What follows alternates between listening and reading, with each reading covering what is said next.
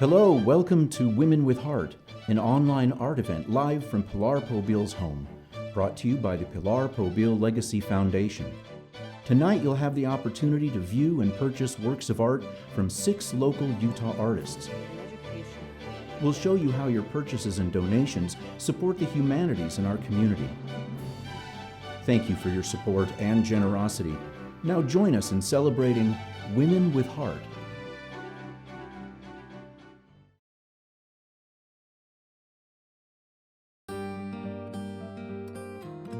My name is Mary Pusey. I live in Holiday, Utah with my husband. I began doing watercolor many years ago when I was a school teacher.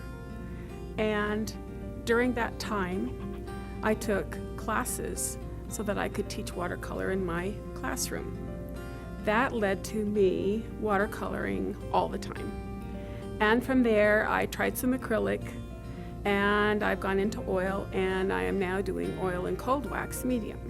I started cold wax when COVID was probably a month old, and everything had shut down, and exhibitions I was in had been canceled. So this is one of the examples. This is called Prickly. Any of my paintings in cold wax have a color palette that I work from. So probably 3 colors, and then lots of mixtures of white and black with those, which I had never done before. It looks a little bit like acrylic because it is shinier, but you use palette knives, flat objects, curves, markers, whatever you want to move the wax and move the paint. You play first, you get things going, then you start refining and deciding how it's going to actually look. I was in a previous show with Pilar, and I enjoyed being with Pilar and with her and learning about her foundation. And I am always trying to help girls become themselves and not worry about what others think of them. When I was a teacher, our brightest math students were generally, not always, girls. And by the time they went to middle school, they had learned not to be smart. And I just feel that was just so sad for me. I started with watercolor and love watercolor. Watercolor works on itself. It moves, it creates things, it's alive.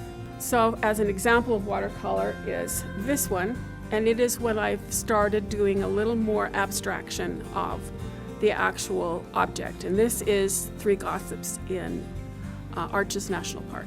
I did 3 of these, kind of a series. And this one is called Desert Heat, and I love doing color and shapes, and that comes from Carl Purcell. He was one of my teachers. And so I've kind of taken that and I'm bringing it into this, and I will continue both. I am really thankful that I get to do this. I'm grateful for being able to do something that's online, and I understand that that's different than being in person. But I'm hoping that people will look online and see what's going on and support this for the scholarship fund. It is so important. Hi, my name is Terry Coker Peterson. I'm relatively new to Utah. I moved here about 3 years ago from Maryland. Once I found a group of artists here, I really felt like I'd found my home again. I found a plein air group and also a figure group, and they have been a very challenging, encouraging, and supportive community, which is exactly what I needed and I was looking for. Many decades ago, I did go to art school. I graduated from Maryland Institute College of Art, but after that, I did a little bit of everything. I was an illustrator for a hospital for a while. I worked as an art teacher for a while.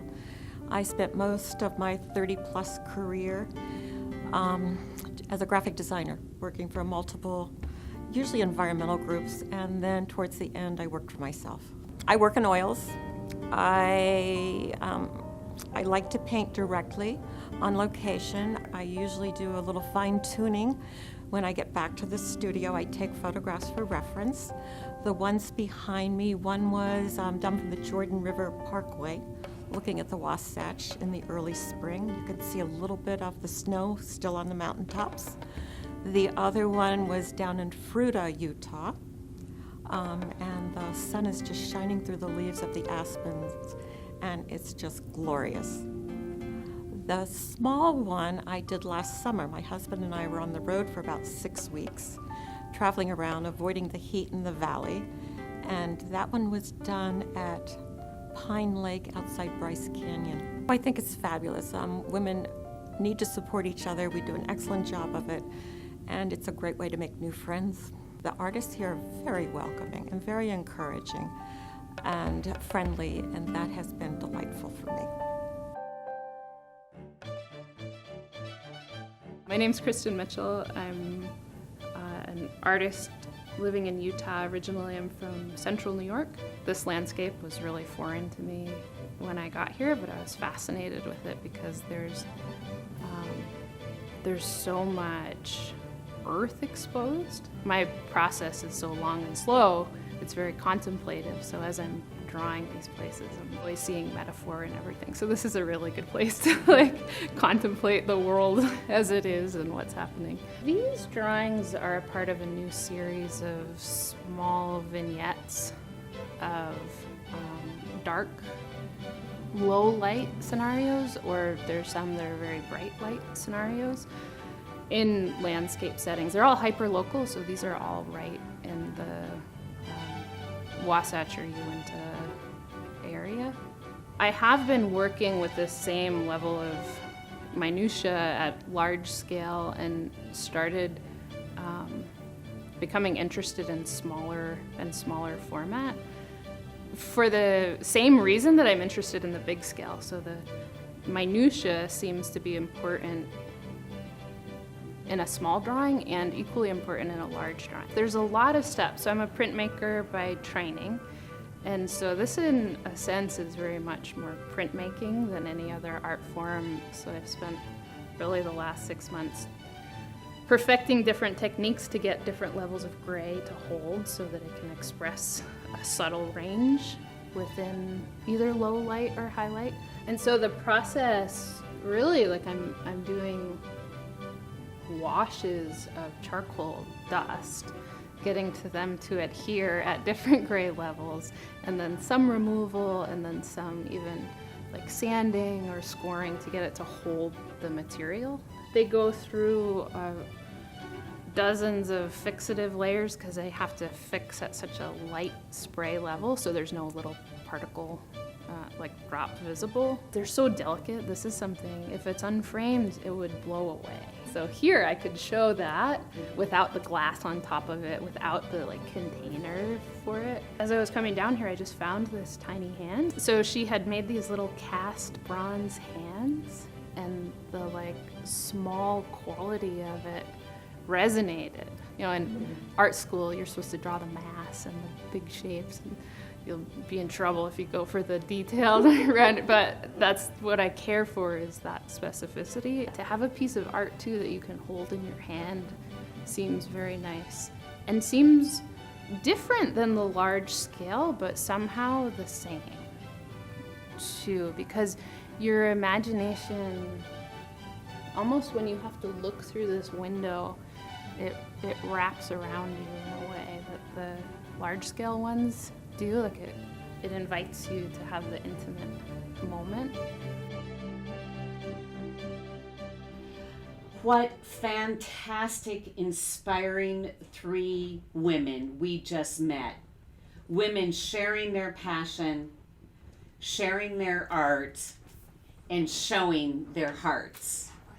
Let's back up a little bit again and let you know that I'm Monica Whalen, president of the Pilar Pobil Legacy Foundation, sitting here with our dear friend Pilar Pobil. Where are we, Pilar, right now? We are in my living room, the living room of my house, by my fireplace. It's really cozy here, isn't it? Yeah. It's very enjoyable. And we're here to launch the Women with Heart art show and exhibit.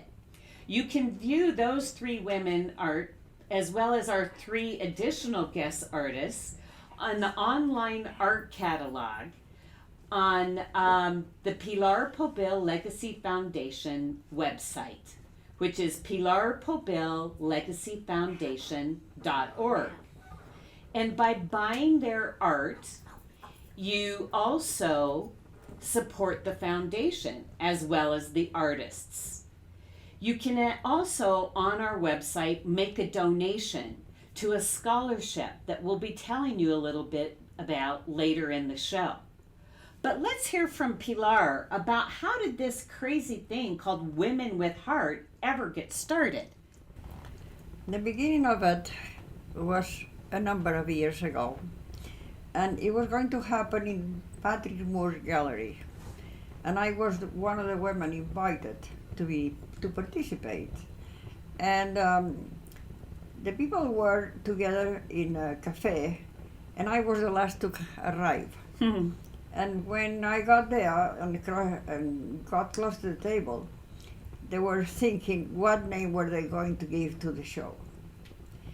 And I said, why not the good old broads? Good old. Because we were all mature women. And that was how we got started. And later on, because some people didn't like this name, they have been changed to Women with Heart, which is a lot sweeter. Well, it may be sweeter, not quite as funny as perhaps good old broads, but it also reflects our expanding mission, and that we now have invited in this all-women art show women of all ages. And what we are really trying to do with this show is raise money for the Pilar Pobil Legacy Foundation, the Pilar Pobil Humanities Scholarship. More on that in a minute.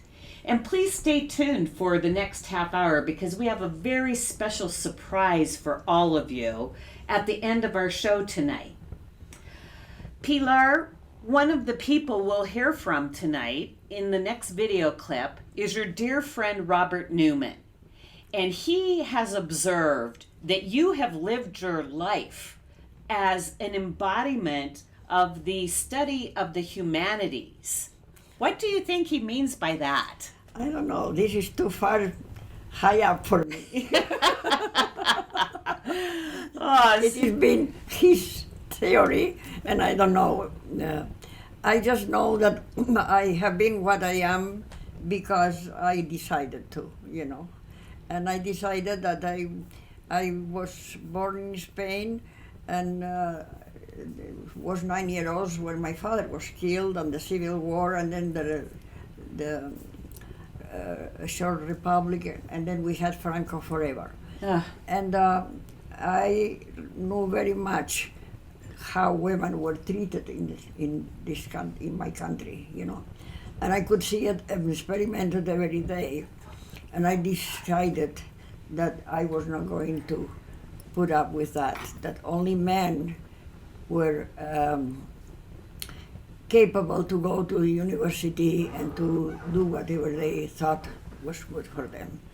I never could go to a university myself, but from the very beginning, when I was 13 years old, I got an inheritance from my godmother, and it was mine. It was not very large, but it was mine.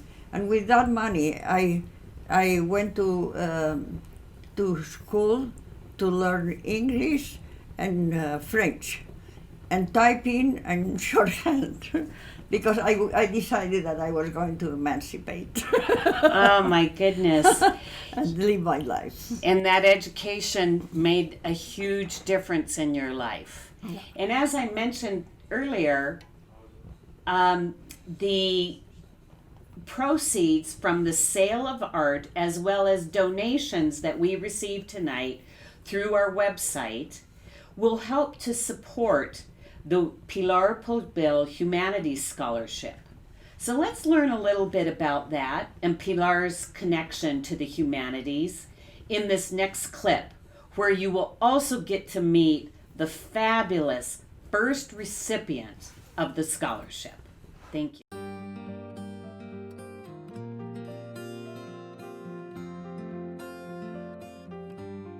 I'm Robert Newman. I'm the president and director of the National Humanities Center. Prior to that, I spent 14 years in Salt Lake City, where I was dean of the College of Humanities. When we built the Carol Tanner Irish Humanities building on campus, I had a fund for art in the building, and the person I thought of first was Pilar. She did the major painting that was a massive undertaking for her. I remember when she was painting it in her dining room, and she had it in two parts because it wouldn't fit entirely in the dining room, so she had put the two parts together. We also purchased some of her other paintings, a series that she had done, very, very powerful series that she had done after the death of her husband.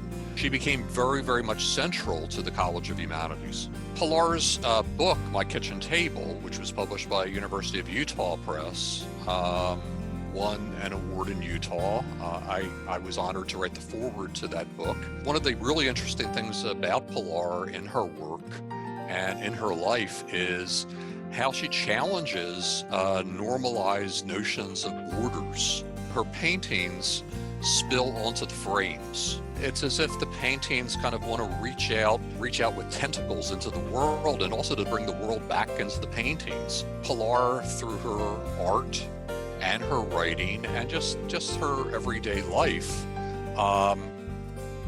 fits very much into that notion of what the humanities are in terms of bridging things that we always thought were unbridgeable, and questioning and interrogating those things that are static and making them energetic and vibrant so they don't get overly static.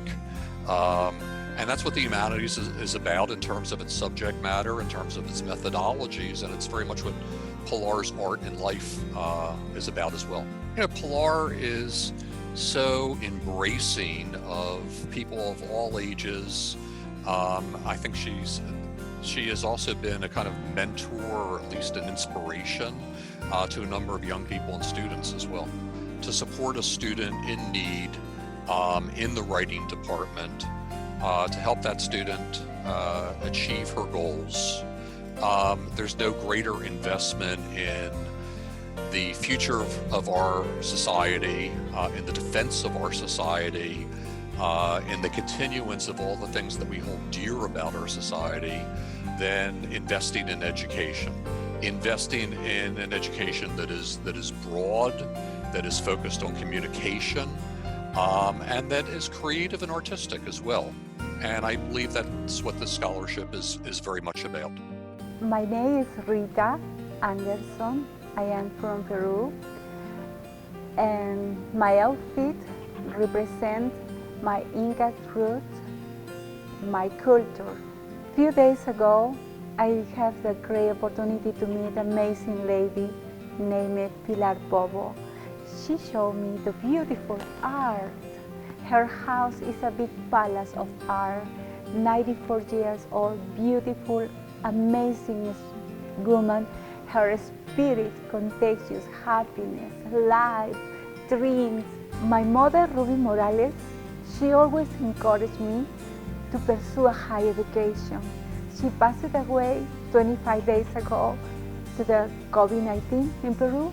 I won't be able to fly there, but I remember her spirit, and tell me, you can do it.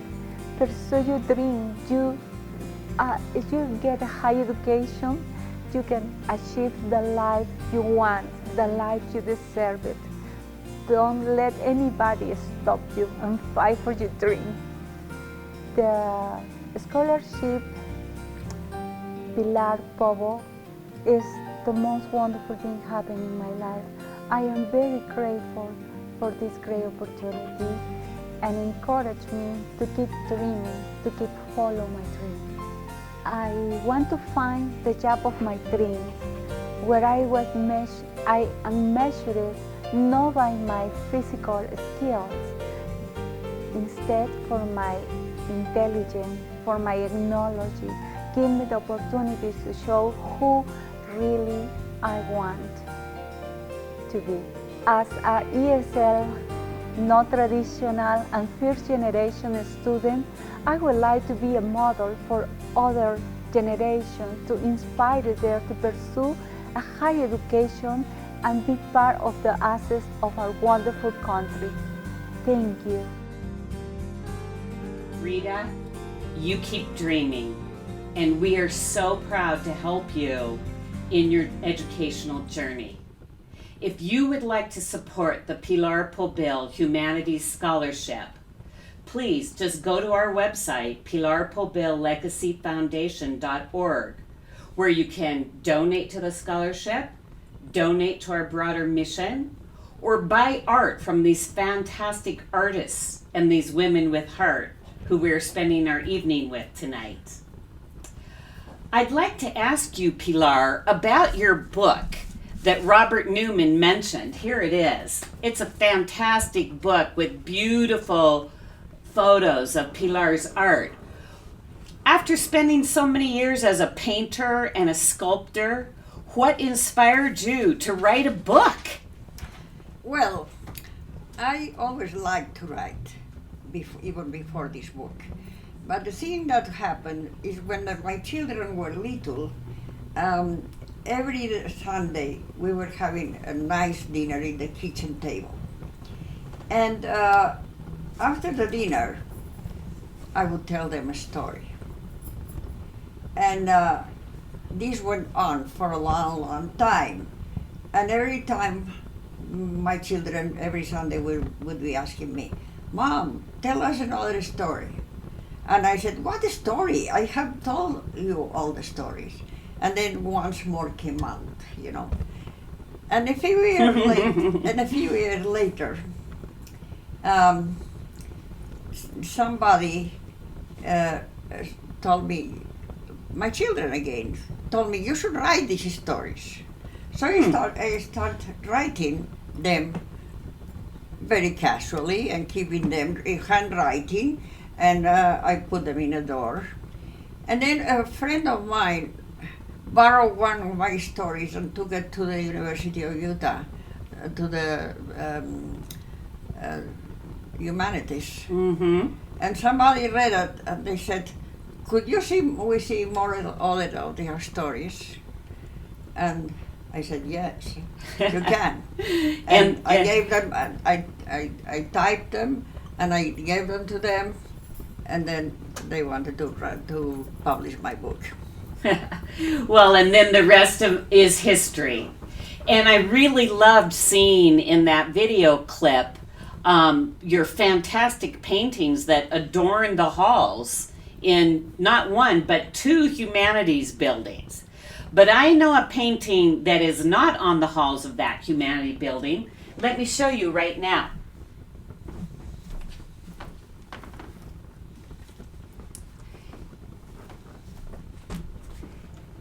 This painting is one of Pilar's most recent works, and it was just donated to Zions Bank.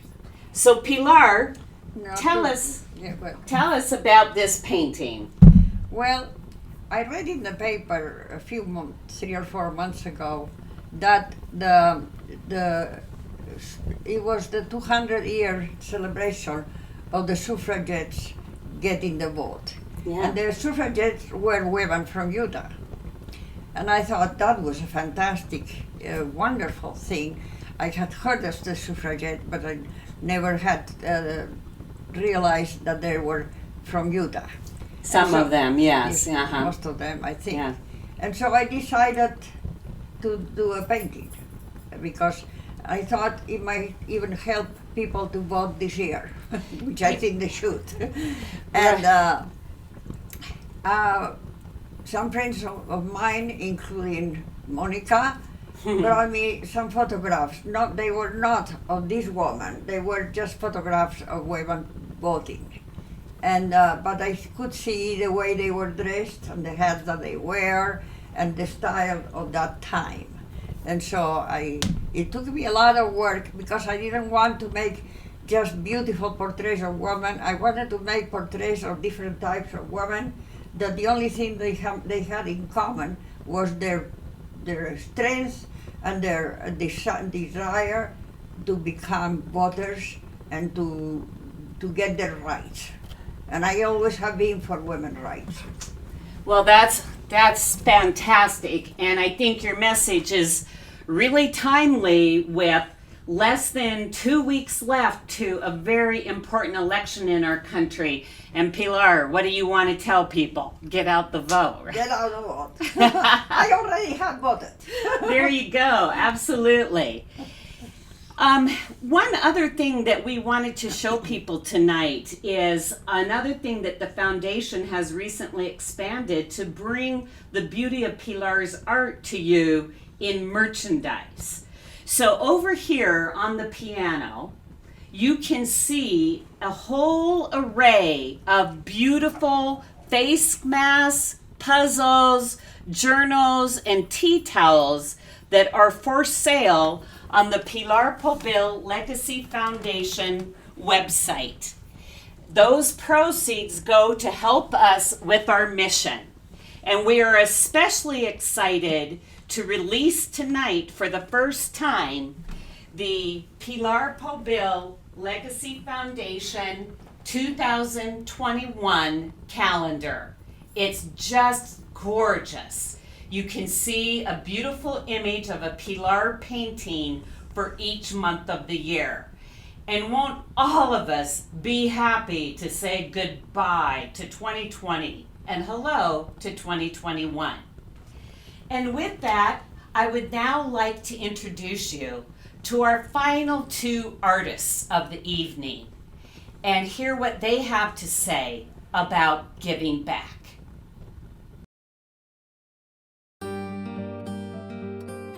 My name is Susan Conrad Risse, and I'm an artist living here in Salt Lake City. I've lived here for 3 years. My art for me is, I usually describe it as, whereas a lot of people look to the outside world and paint something that they see, I get my information from the inside. So a lot of times when I'm doing my work, I'm either trying to work something out, trying to figure something out, things I care about, people I care about,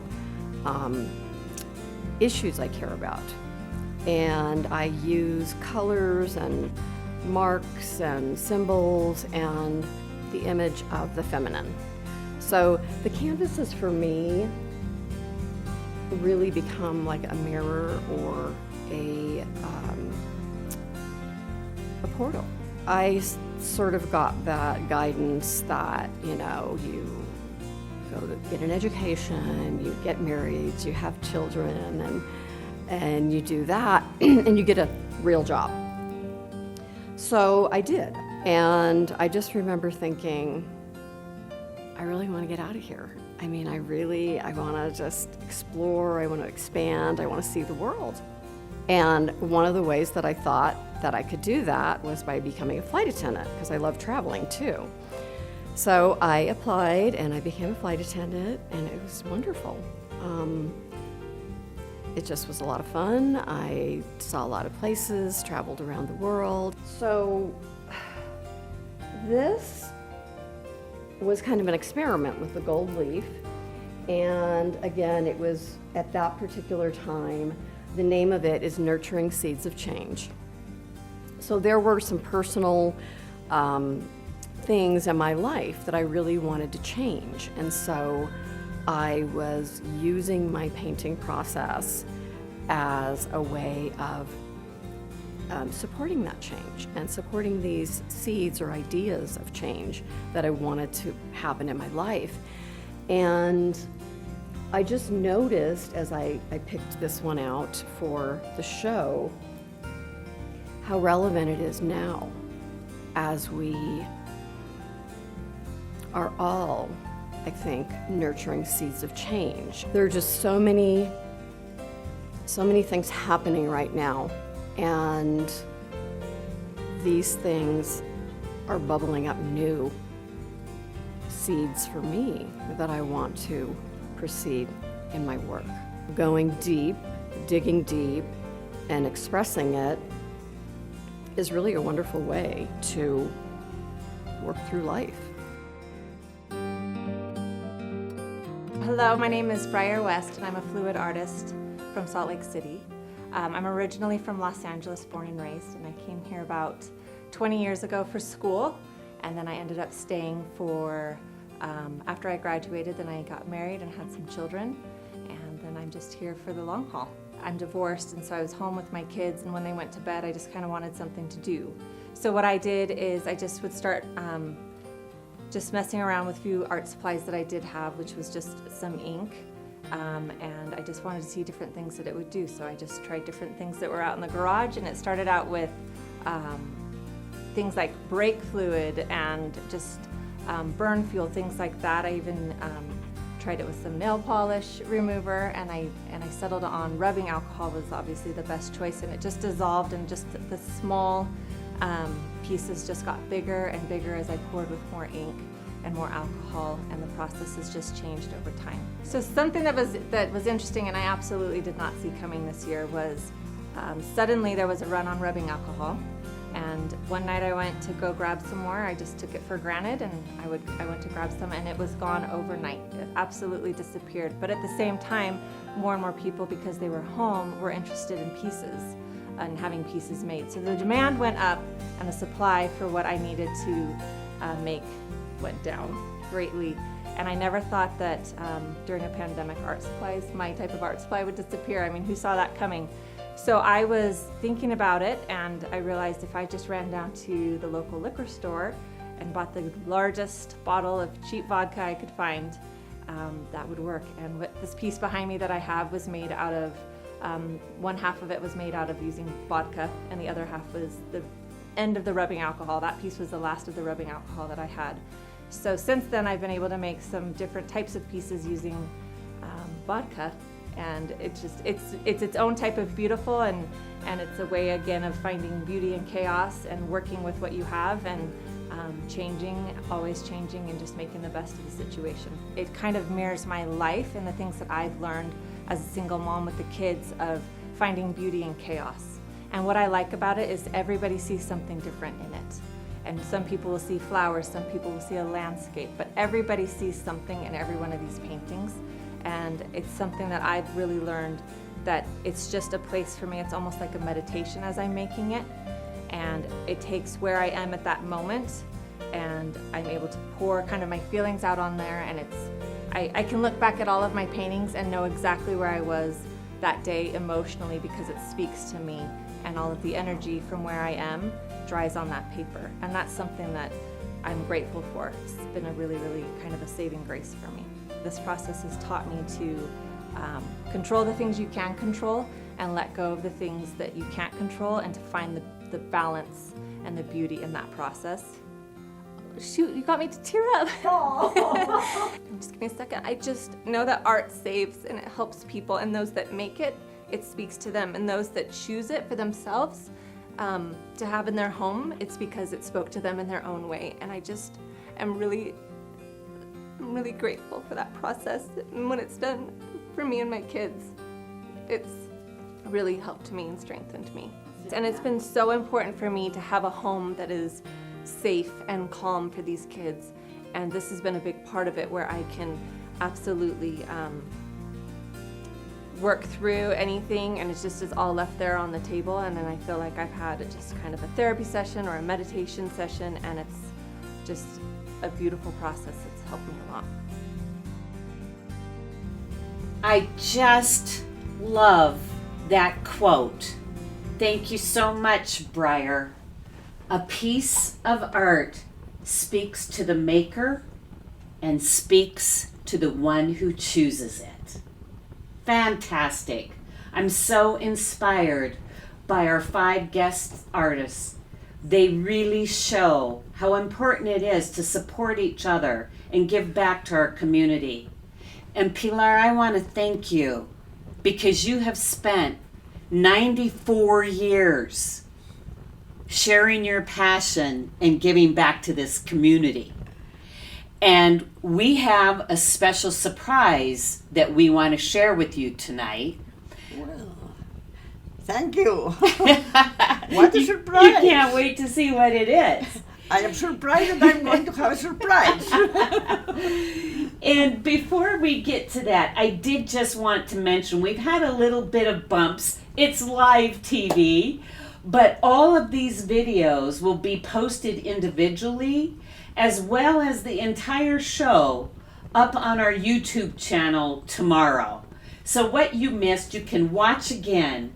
And please go to the website, buy art, donate to the scholarship, buy some of our fabulous merchandise. And with that, I would like to introduce the special guest surprise that we have to help us celebrate tonight. I'd like you to meet Pilar's daughter, Monica Pasquale, who is an award-winning singer-songwriter and has been living with Pilar since COVID hit and dedicating her life to enriching Pilar and giving back to her, as Pilar has given so much to us. Will you guys join in on this song? Absolutely. Yes. Surprise, Pilar. Happy birthday to you. Happy birthday to you. Happy birthday, dear. Happy birthday to you.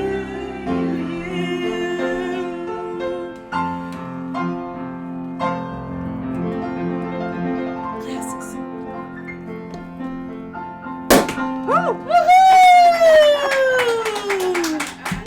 Yay! Whoops! Happy birthday, Pilar! Cheers to Pilar. Everybody at home, let's raise a glass to Pilar on her 94th birthday. Cheers! Salute! I cannot say anything. Just thank you to all of you. Remain well, all of you that are listening and looking at this event. Please remain healthy. This Cheers! is to you. Salute! Salute! Salud, dinero y amor. See, and Pilar, I think, is it time to blow out your candles? But wait! Don't do it. You have to do it COVID safe. Yeah. You have to do it COVID safe. Look Here's what a you blow have. dryer. Go ahead. Oh, you got, yeah. Okay, ready? Yeah. Okay, here, you hang on and I'll turn it on. Oh, jeez.